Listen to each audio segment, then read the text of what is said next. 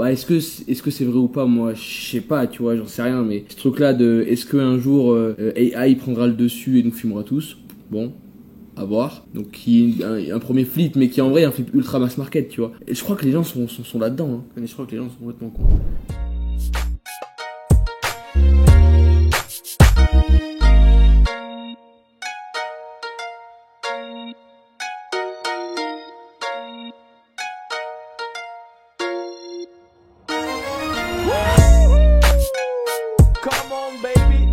Oh, je suis chaud de parler un peu AI avec toi quand même.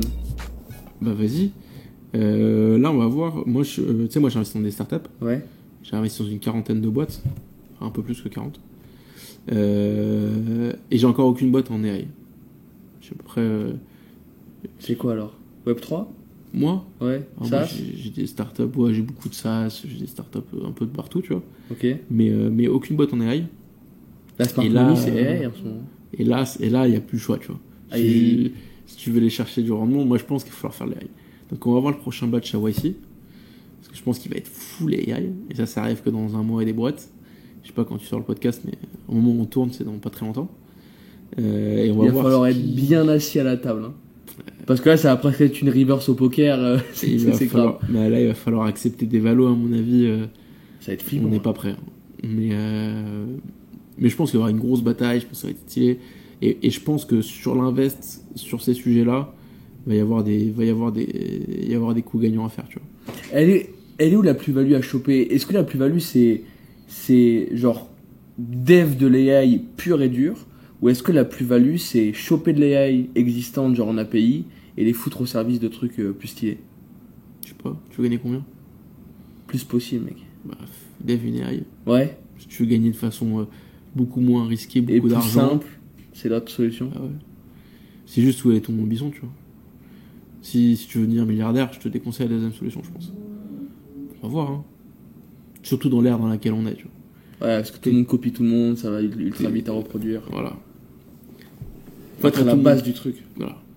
Si t'es à la base du truc, t'as quand même une bonne chance de faire beaucoup d'oseille. T'as des idées un petit peu, toi? Tu sais que franchement, pas tant que ça. Moi, c'est là où je sens que, tu sais, que je vieillis. C'est que, bah déjà, je l'ai pas vu arriver, aïe. Tu vois, je l'ai pris dans la gueule comme Mec, tout le monde. Ous, quand même, t'as dû entendre parler un petit peu plus tôt. Ouais, mais oui, non, mais bien sûr, bien sûr que alors, pour le. Comment on va dire? Pour le contexte, j'habite avec Oussama Hamar. Ouais.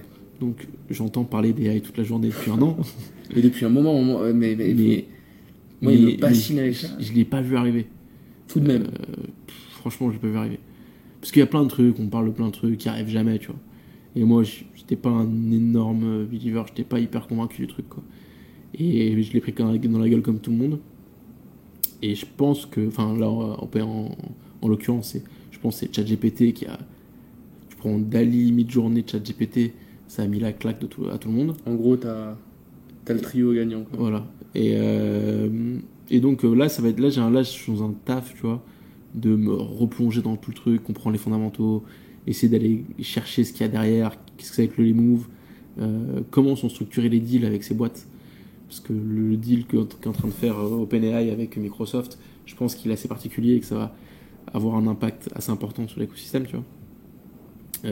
Et donc là, je suis dans ce boulot-là, doucement. Mais dans mon travail quotidien, je m'en sers pas. Enfin, si, je me sers d'OpenGPT. OpenGPT écrit tous mes mails. Hein. Enfin, ChatGPT, pardon. Ouais. ChatGPT écrit 100% de mes mails. C'est Ah ouais? fini, c'est fini. Je réfléchis même pas.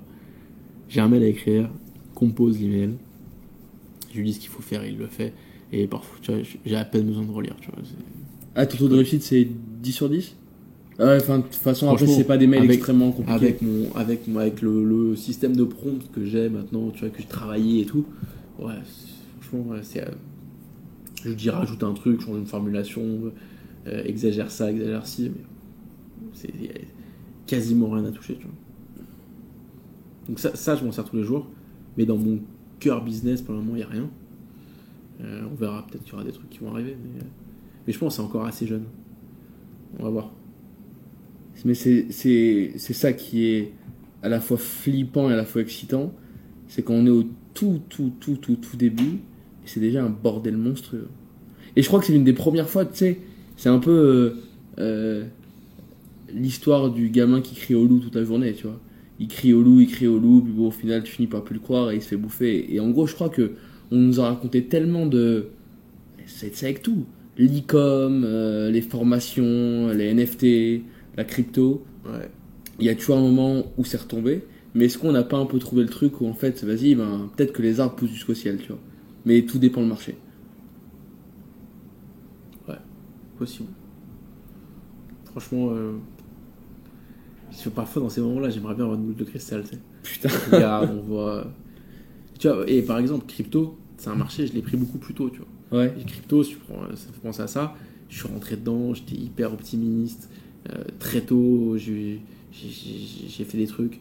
Après, je suis passé par une phase où j'avais moins de temps, donc j'en ai moins fait. Mais ta vision, c'était quoi d'entrée de jeu quand t'es rentré? Tu t'es dit. Non, entrée de jeu, personne ne s'est rien dit.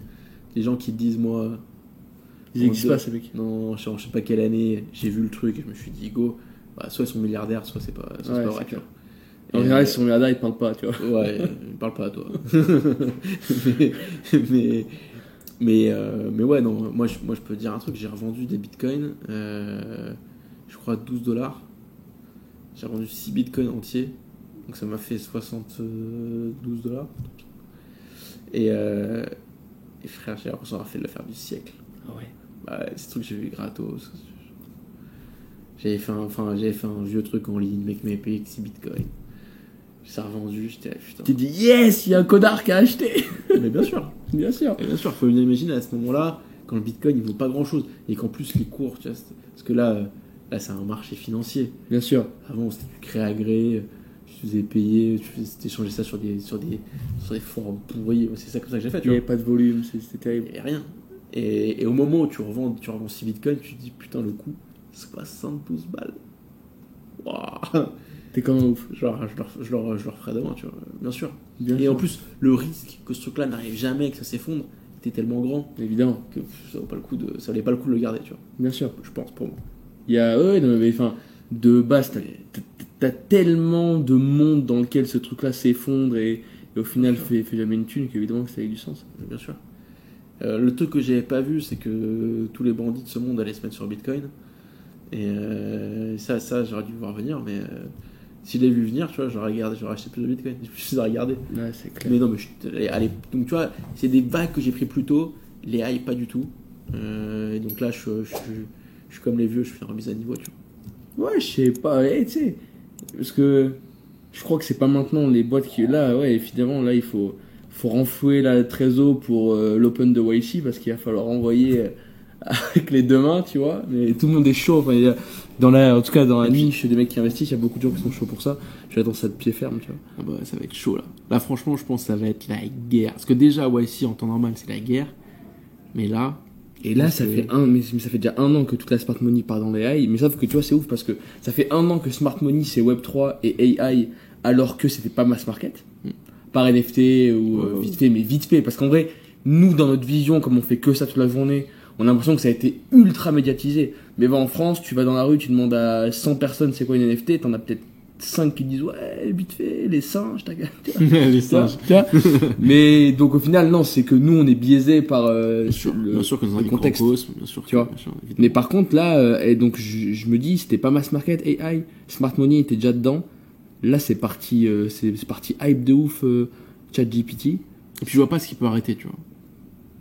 Franchement, ce qui peut arrêter les high, je vois rien. Non, parce qu'il n'y a pas d'argent qui arrose derrière. Enfin, si, mais les mecs qui arrosent, c'est des mecs qui ont bien assez d'argent pour en développer non, des mais comme tu vois, ça. Crypto, t'as un contexte légal qui est complexe. Ouais, t'as un marché. T'as des histoires de régulation. Évidemment que le mec peut se barrer avec la caisse, tu vois. Enfin, ouais. Il y a plein de douilles possibles et imaginables. Toutes les douilles qu'on voit, on pouvait pas les anticiper individuellement. De façon globale sur le marché, on pouvait imaginer qu'il y a un mec qui va se barrer avec la caisse un jour. Tu vois. Bah si, le truc c'est que ça pourrait went un petit peu parce qu'après donc là genre il y a un vrai sujet, c'est toi tu penses que tout le monde a un prix ou pas? Bah oui. Moi ma théorie c'est que tout le monde a un prix jusqu'à un certain niveau, tu vois. Je pense que tout le monde a un prix. Ou whatever la thune que t'as. Bah alors là du coup ce qui est flippant c'est que en partant de cette théorie, il y a un sujet, c'est qu'est-ce qui se passe le jour où je sais pas, il y a X milliards ou centaines de millions d'utilisateurs sur OpenAI, par exemple.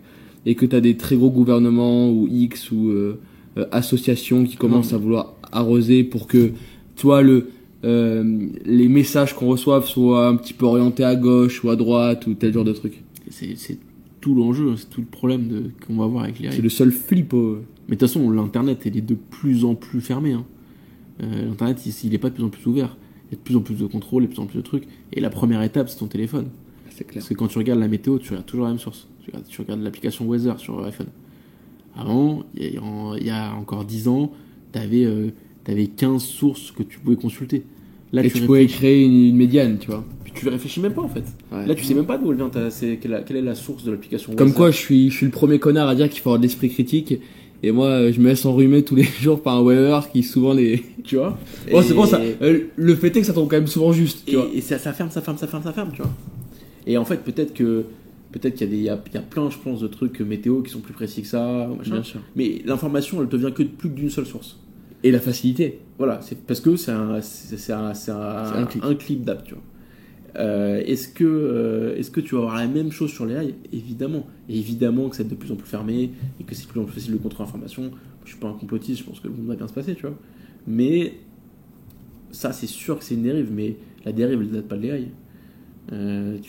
Et de la même façon, à une époque, Google, tu trouvais quand même à peu près tout ce que tu voulais, tu vois. Là, aujourd'hui, avec les règles qui sont tellement compliquées que plus personne ne comprend, il y a quelques acteurs qui arrivent parce qu'ils ont beaucoup d'argent, ils ont beaucoup de budget SEO à sortir du lot, et puis tu vois plus tous ces petits résultats de merde. Et quand tu fais des recherches, tu vois toujours le même truc. Et donc, en fait, l'internet devient de plus en plus fermé. C'est pas les médias non plus, hein, tu vois. C'est clair. Mais on aura la même problématique avec les AI. C'est que la suite logique. Ah, donc en fait, ok.